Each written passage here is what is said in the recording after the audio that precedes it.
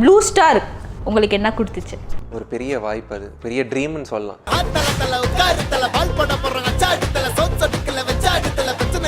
பயங்கரமா அடிப்போம், ஸ்ட்ரைட்ல தூக்கி அடிப்போம் அப்படின்னு சொல்லிட்டு அடிச்சது நினைச்சு திடீர்னு ஃபிளாட்டா போய் கேமரால அடிச்சிருச்சு. ஐயோ கேமரால பட்டுருச்சு, போச்சு, நம்மள தூக்கிடுவான் இந்த இதுல இருந்து அப்படின்னு நினைச்சிட்டு இருந்தாலுமே ஓகே போலர் போய் அந்த திமிரா பார்க்கணும்.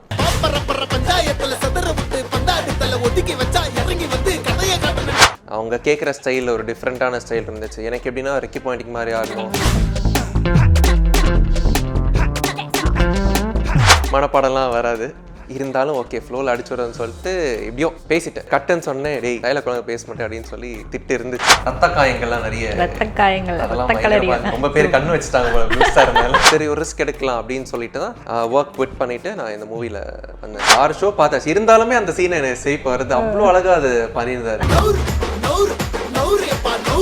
2 பேர் மேரேஜ் பண்ண போறாங்க அப்படின்னு சொல்லிட்டு அது வரைக்கும் பெருசா யாருக்கும் அந்த ஐடியா இல்லை. குட், 2 பேருமே ஒரு நல்ல பேர் அது. அண்ட் தென் ரயிலின் ஒலிகள் சாங் அது ஒரு பெரிய கிஃப்ட் அவங்களுக்கு.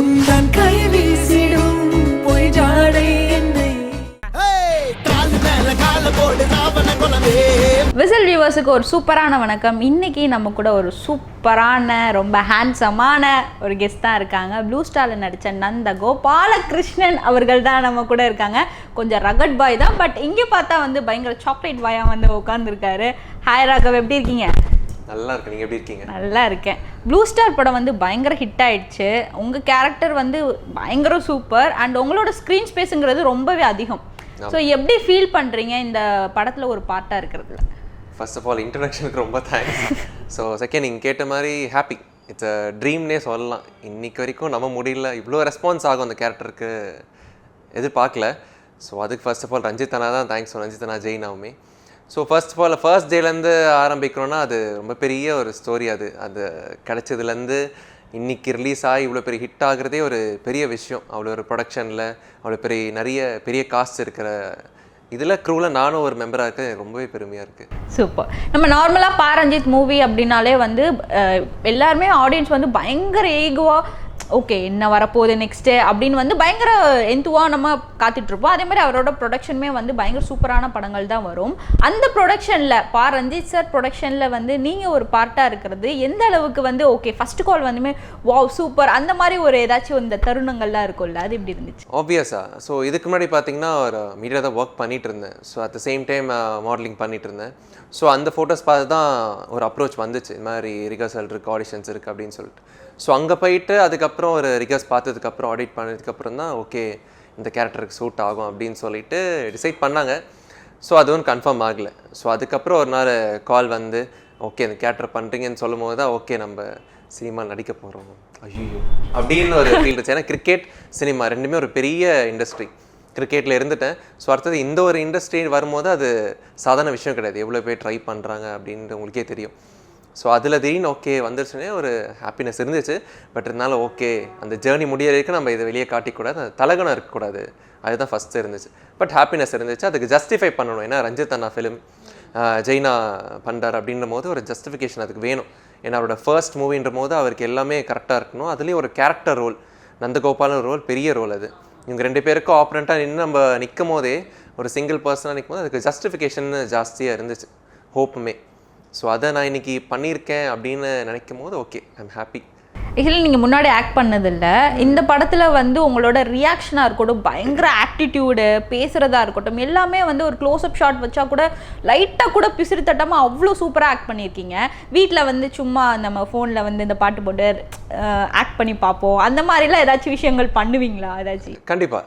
ஸோ எப்படி பண்ணுவேன்னா அந்த சீன்ஸை பண்ணுறதை தவிர்த்து நான் மியூசிக் என்ன பண்ணுவேன், ஒரு லவ் சாங் போகட்டும் இல்லை ஒரு மோட்டிவேஷன் சாங் போகுதுன்னா அந்த சாங்க்கு ரியாக்ஷன்ஸ் கொடுப்பேன். அப்படி தான் நான் ஒர்க் பண்ணுவேன். ஸோ அந்த சாங்கில் பார்த்தீங்கன்னா லிரிக்ஸ் போயிட்டே இருக்கும். அந்த லிரிக்ஸ்க்கு ஏற்ற மாதிரி நம்ம எக்ஸ்பிரஷன் கொடுக்கணும் அடுத்தடுத்தது.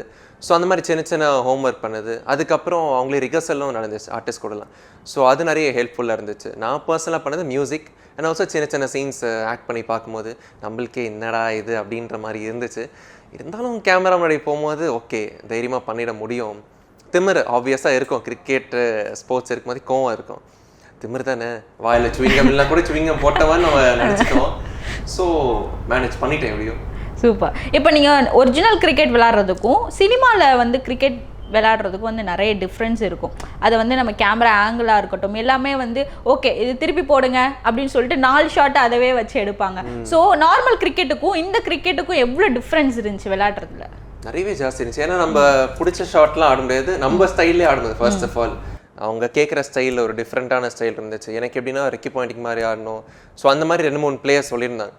ஸோ அவங்களோட ஒரு பெஸ்ட் ஷாட்ஸ், அவங்களுக்கான ஒரு ஷாட்ஸ் இருக்கும், அந்த மாதிரி ஆடி காட்டுங்க, இந்த சைடு ஆடுங்க அப்படின்னு நிறைய இருந்துச்சு. என்னோட ஸ்டைல் அதில் இல்லவே இல்லை ஆப்வியஸாக சொல்ல போனேன். அதுக்கேற்ற மாதிரி நாங்கள் ட்ரெயின் பண்ணி நிறைய நெட் செஷன்ஸ் இருந்துச்சு, மேட்சஸ் இருந்துச்சு. ஸோ அது ட்ரெயின் பண்ணி ஆடி ஒரு கேமரா முடி அதை எடுத்துகிட்டு வரதே ஒரு பெரிய டாஸ்க் தான். அதை தவிர்த்து அங்கே டைலாக்கும் சொல்லணும், நம்ம எக்ஸ்பிரஷனும் கொடுக்குன்றது ஒரு டாஸ்க் ஜாஸ்தியாகவே இருந்துச்சு. கிரிக்கெட் வந்துடும், அட் த சேம் டைம் அதை ஆக்டிங்காகவும் பண்ணும்போது ஒரு பெரிய சேலஞ்ச் இருந்துச்சு. அசோகா அண்ணாவர்கர் சோனுனாவும் பக்கத்தில் இருக்கும்போது அவங்களையும் மேட்ச் பண்ணிவிட்டு அவங்கள ஃபேஸ் பண்ணிவிட்டு அடுத்த பால் நம்ம ஆடிட்டு அகைன் அவங்க ஓடிட்டு மறுபடியும் அந்த எக்ஸ்பிரஷன் கொடுக்குன்றது ஒரு டாஸ்க் இருந்துச்சு தான். இருந்தாலும் ஓகே டேக் வாங்கும்போது அகைன் அவர் என்கரேஜ் தான் பண்ணிகிட்டு இருந்தார். இப்படி பண்ணுங்க, பரவாயில்ல, ஒன்றும் பிரச்சனை இல்லை, பண்ணுறா பரவாயில்ல பண்ணுன்னு சோனுனாவும் ரொம்ப கம்ஃபர்டபுளாக வச்சுக்கிட்டாங்க. ஸோ அதுதான் என்ன இவ்வளோ தூரம் பண்ண வச்சது. அண்ட் ஃபஸ்ட்டு ஷாட் வந்து நீங்கள் கேமரா முன்னாடி நிற்க போகிறீங்க, நடிக்க போகிறீங்க, அதே மாதிரி உங்கள் பேஷனான கிரிக்கெட்டு விளையாட போகிறீங்க அப்படின்னுங்கிறபோது அந்த ஒரு பேனிக்னஸ் இருக்கும்ல, அந்த ஃபீல் எப்படி இருந்துச்சு? பேனிக் இருந்துச்சு. ஸோ இருந்தாலும் எப்படி சொல்கிறது, ஃபர்ஸ்ட் ஒரு ஃபியூ மூமெண்ட்ஸ் பயம் இருந்துச்சு. ஓகே இப்போ டைலாக் வரப்போகுது. ஃபஸ்ட் எடுத்தோடனே ஷார்ட்ஸ் தான் இருந்துச்சு. சரி அதை ஆடிட்டோம் தைரியமாக, கேஜ் ஆடுற மாதிரி நம்ம ஜாலியாக கிரிக்கெட் ஆடுமே ஆடியாச்சு. நெக்ஸ்ட் டே டைலாக் இருக்குது வந்து நில்லுன்னு சொன்னோன்னே ஒரு பயம் வந்துடுச்சு. ஐயையோ டைலாக்கா ஓகே அப்படின்னு சொல்லிட்டு அது க்ளோஸ் அப் ஷாட் வேறு. சரி ஓகே படிச்சிடும் டைலாக்கை சொன்னேன். அப்போ தான் டைலாக் கொடுத்தாங்க, படிச்சுட்டேன். உடனே டேக் அப்படின்ட்டாங்க. நம்மளுக்கு ஆல்ரெடி இல்லை, அது கொஞ்சம் மனப்பாடம்லாம் வராது. இருந்தாலும் ஓகே ஃப்ளோவில் அடிச்சுடுறதுன்னு சொல்லிட்டு எப்படியோ பேசிட்டேன். பட் கட்டுன்னு சொன்னேன், டேய் டைலாக் ஒழுங்காக பேச மாட்டேன் அப்படின்னு சொல்லி திட்டு இருந்துச்சு. ஃபஸ்ட்டு டைலாக்கே திட்டு இருந்துச்சு. சரி ஓகே இருந்தாலும் யோசிச்சேன், ஒரு 10 செகண்ட்ஸ் பேக் எடுத்துகிட்டு அந்த டைலாக் கரெக்டாக ப்ரிப்பேர் பண்ணிவிட்டு பயம் இல்லாமல் பண்ணிட்டேன். மேக்ஸிமம் நீங்கள் எத்தனை டேக் எடுத்திருக்கீங்க? ஏன்னா வந்து ஓகே நம்மளோட ஸ்டைலில் தான் இப்போ நார்மலாக வந்து டெய்லி நீங்கள் ப்ராக்டிஸ் பண்ணுற ஸ்டைலை தாண்டி வேறு ஸ்டைல் நீ போடுப்பா அப்படின்னா கொஞ்சம் லைட்டாக என்னடா எப்படிடா பண்ணுறது அப்படின்னு ஒரு அள்ளு இருக்கும். ஸோ எத்தனை டேக் போனீங்க மேக்ஸிமம்? டைலாக்ஸ்க்கு தான் 3 டேக்ஸ் அவ்வளோதான் போயிருப்போம். பேசிட்டேன், ஆனால் தைரியம் இருந்துச்சு. ஏன்னா கம்ஃபர்டபுளாக வச்சுக்கிட்டாங்க நம்மள அந்த டீமே. ஸோ அண்ணா ஜெயினாவும் இருக்கட்டும், யோகா கோ டைரக்டர், அதுக்கப்புறம் அசோக்னாவும் இருக்கட்டும், அவர் ஒரு கம்ஃபர்டபுள் ஜோன் கொடுத்துட்டாங்க. பேசி பேசி அந்த ரேப்போ கிரியேட் ஆயிடுச்சு. அதனால ஐ கான்டாக்ட் பார்த்து தைரியமாக பேசிட்டேன். சூப்பர், பயம் அதுக்கப்புறம் இல்லை. நைஸ். லாஸ்ட் சீனில் வந்து நீங்கள் அடிபடுவீங்க.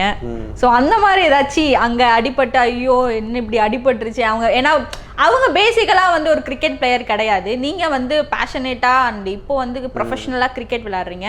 ஸோ அவங்க தெரியாதனமாக போட்டு அந்த மாதிரி அடிப்பட்ட தருணங்கள்லாம் இருந்திருக்குமே? அடி எல்லாருக்கும் அடி வந்துச்சு. நானும் ஒரு சம்பவம் பண்ணதான். ஸோ என்ன ஆச்சு, ஒரு கேமரா ஸ்ட்ரெயிட்டில் வச்சுருந்தாங்க, அம்பேர் நிற்கிற இடத்துல வச்சுருந்தாங்க. ஸோ ஷார்ட்ஸ் தான் நம்ம ஷார்ட்ஸ் அடிக்க சொல்லியிருந்தாங்க. திடீர்னு ஒரு ஷாட் ஓகே பயங்கரமாக அடிப்போம், ஸ்ட்ரெயிட்டில் தூக்கி அடிப்போம் அப்படின்னு சொல்லிட்டு அடிச்சதுனாச்சு திடீர்னு ஃப்ளாட்டாக போய் கேமராவில் அடிச்சிருச்சு. லென்ஸில் கரெக்டாக லென்ஸில் அடிச்சிது. அப்போ கட்டு சொல்ல நம்ம அப்படியே சீன் போயிட்டு இருக்கு. ஐயோ நம்ம எங்கேயும் காட்டக்கூடாது, நம்ம ஐயோ கேமராவில் பட்டுருச்சே போச்சு நம்மளை தூக்கிடுவான் இந்த இதுலேருந்து அப்படின்னு நினச்சிட்டு இருந்தாலுமே ஓகே போலரை போய் அந்த திமிராக பார்க்கணும். ஸோ அப்படி பார்த்துட்டே இருந்தேன். கொஞ்ச நேரம் கழிச்சு தான் கட்டு சொன்னேன். எல்லாம் ஹோல் செட்டை வந்து கேமரா முன்னாடி பார்த்துட்டாங்க. எல்லாருக்கும் இது ஆயிடுச்சு, ஐயோ கேமரா போச்சு அப்படின்னு சொல்லி ஃப்ரண்ட்டில் இருக்க பாக்ஸ் ஒன்று இருக்கும், ஒரு ப்ரொடெக்டர் மாதிரி, அது அப்படியே விழுந்துருச்சு உடஞ்சி. ஸோ அந்த மாதிரி ஒரு இன்சிடென்ட் நான் பண்ணேன்.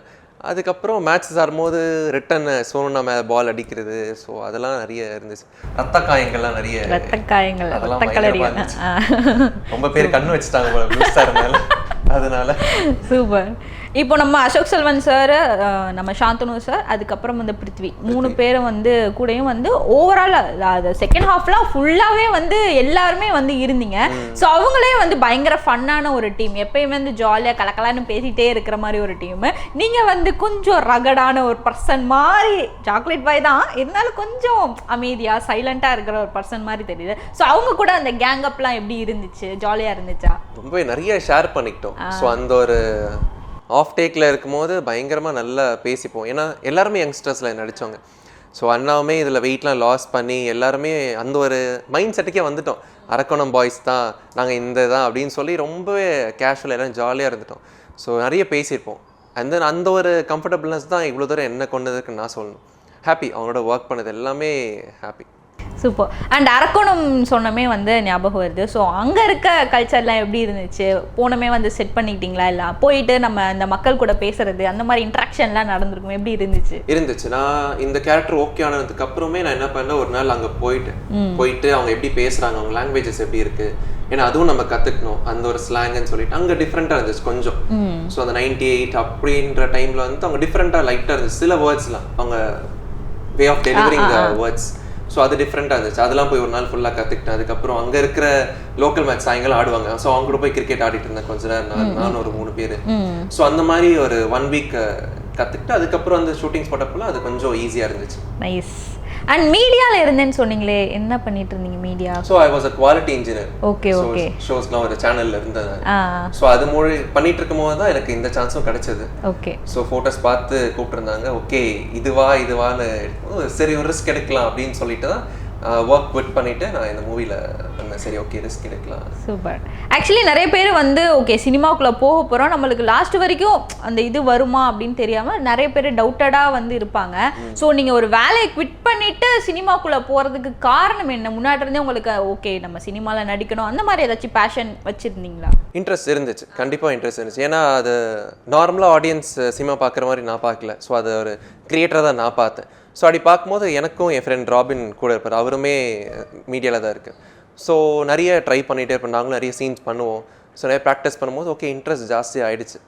ஸோ அப்படி இருக்கும்போது தான் ஒரு மாடலிங் காம்படிஷன் அப்படி இப்படி போயிட்டு இருக்கும்போது தான் ஓகே இன்ட்ரெஸ்ட் இன்னும் ஜாஸ்தியாக இருந்துச்சு. ஓகே நம்ம ஆக்டிங் பண்ணுவோம், ட்ரை பண்ணுவோம் அப்படின்னு சொல்லும் போது தான் சில ஃபோட்டோஸு வீடியோஸ்லாம் பார்த்து அந்த கால் வந்து தான் இது ஓகே நம்மளால் பண்ண முடியும், நம்ம பெரிய ஸ்டேஜ் போகலனா கூட ஓகே நம்மளால் ஒரு கேரக்டர் ரோல் பண்ண முடியும், அது போதும், நம்ம இந்த இதில் அச்சீவ் பண்ணியிருக்கோம். இன்றைக்கி எப்படி ஒரு நந்தகோபால் ஒரு கேரக்டர் நல்லா இருக்கும், ஸோ அதே மாதிரி அடுத்தடுத்த கேரக்டர் பண்ணுவோம், நம்ம பெரிய ஸ்டார்லாம் கூட நம்ம பண்ணலாம், ஒரு ஃபேம் இருக்கும் அப்படின்னு சொல்லிட்டு அந்த ஒரு ரிஸ்க் எடுக்கலாம்.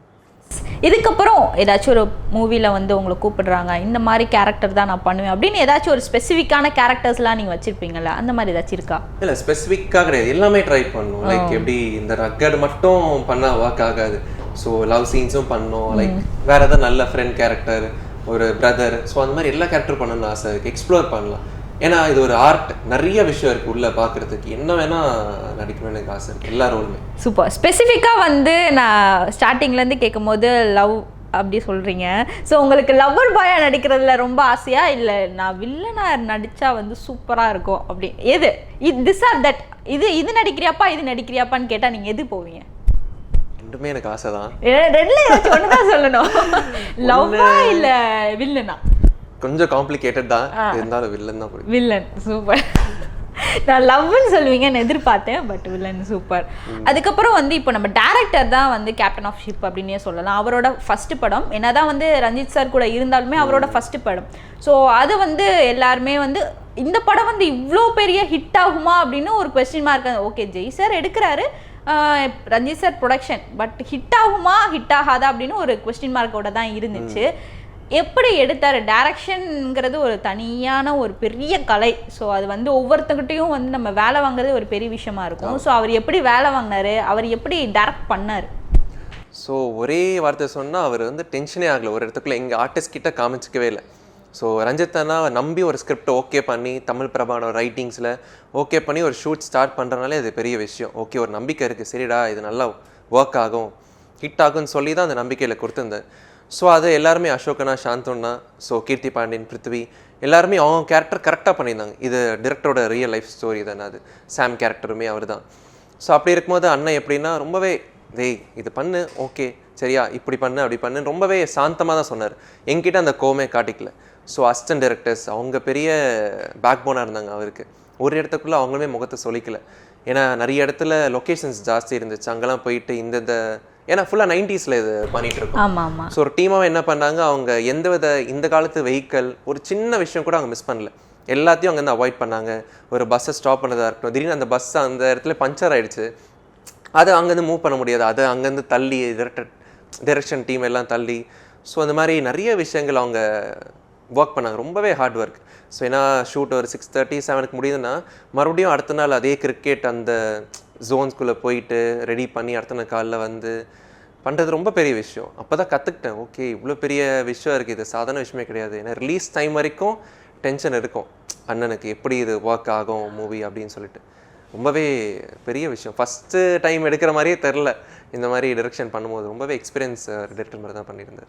அண்ட் இப்போ பொதுவாகவே ஒரு ஸ்போர்ட்ஸ் படம் வருதுன்னா அதில் நிறைய பாலிடிக்ஸ்லாம் வந்து கொண்டு வந்து வைப்பாங்க. அண்ட் இது வந்து கிரிக்கெட் படம், ஆப்வியஸாக வந்து நம்ம நிறைய பாலிடிக்ஸ் நிறைய விஷயங்கள் நம்ம இதில் பார்த்தோம்.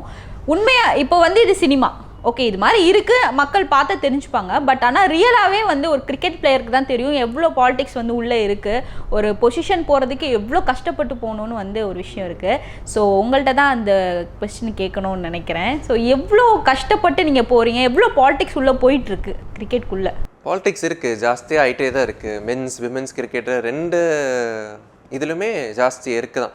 ஸோ இருந்தாலுமே அது டேலண்ட் நம்ம காட்ட வேண்டியதான் ஆப்வியஸாக இருக்குது. அதுதான் 100% கொடுக்கணும். இப்போலாம் பெர்ஃபார்ம் பண்ணால் பார்த்தது எக்ஸ்ட்ரானரியாக நம்ம பெர்ஃபார்ம் பண்ண வேண்டியதாக இருக்குது. அண்ட் தென் கன்சிஸ்டன்சி வேணும்.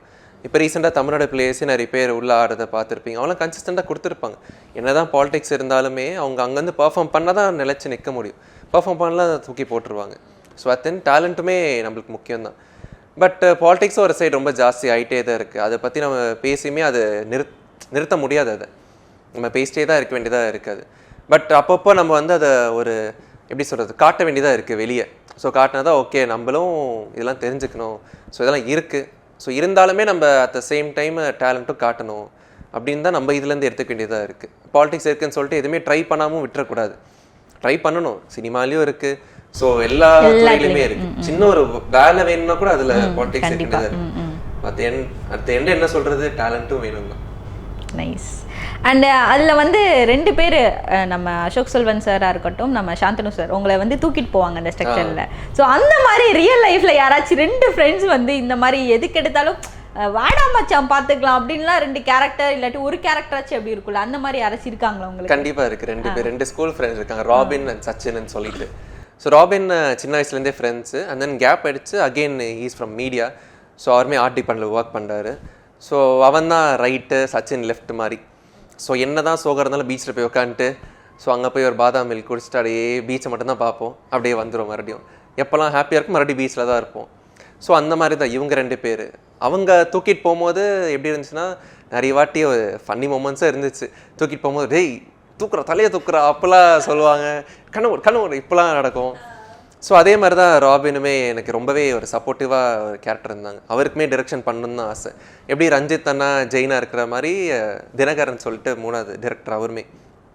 இவங்க 3 பேர் இருக்கிற மாதிரி நாங்கள் 3 பேர் ஒரு ஃப்ரெண்ட்ஸ். எனக்குமே ஆசை அடுத்து ராபின் ஒரு டிரெக்ஷன் பண்ணணும், அதை கண்டிப்பாக நான் கொண்டு வரணும் அப்படின்னு எனக்கு ஒரு ஆசை இருக்குது. இதுக்கப்புறம் ஏதாச்சும் புது மூவி கமிட் ஆகிருக்கீங்களா? பேசிகிட்டு இருக்கேன். நைஸ். அண்ட் லாஸ்ட் கொஸ்டினா வந்து ஒரு குட்டி செக்மெண்ட், அவங்கள பற்றி ஒரு வேர்ட் இல்லாட்டி ஒரு ஸ்டேட்மெண்ட் வந்து சொல்லணும், ஓகேவா? உங்கள் டீம்ல இருந்து தான். ஃபர்ஸ்ட் வந்து யாரை எடுக்கலாம் அப்படின்னு பார்த்தா நம்ம ரஞ்சித் சார் அப்படின்னு ஃபர்ஸ்ட் எடுத்தவே நீங்கள் சொல்லிட்டீங்க. ஸோ அதனால ரஞ்சித் சார் ஒரே ஒரு ஸ்டேட்மெண்ட் இல்லாட்டி ஒரு வேர்ட்ல அவரை பற்றி. உண்மை. ஜெய் சார் நேர்மை. சூப்பர். அசோக் செல்வன் ஒரு சார்மிங் பர்சன். கீர்த்தி மேம் ஸ்ட்ரெயிட் ஃபார்வர்ட். நைஸ்.